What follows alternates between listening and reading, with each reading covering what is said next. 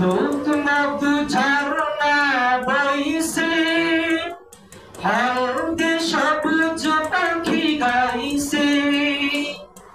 দুধ মধু ঝরনা বইছে, হলদে সবুজ পাখি গাইছে। চাঁদ শ্যামা সুন্দরী হুরের আশা, সেবার অপেক্ষায় রইছে।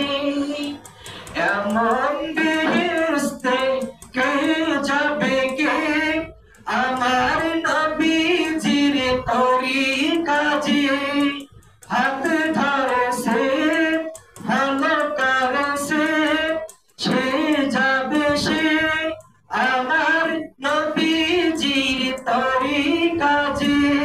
কথা বলেন ঠিক কিনা?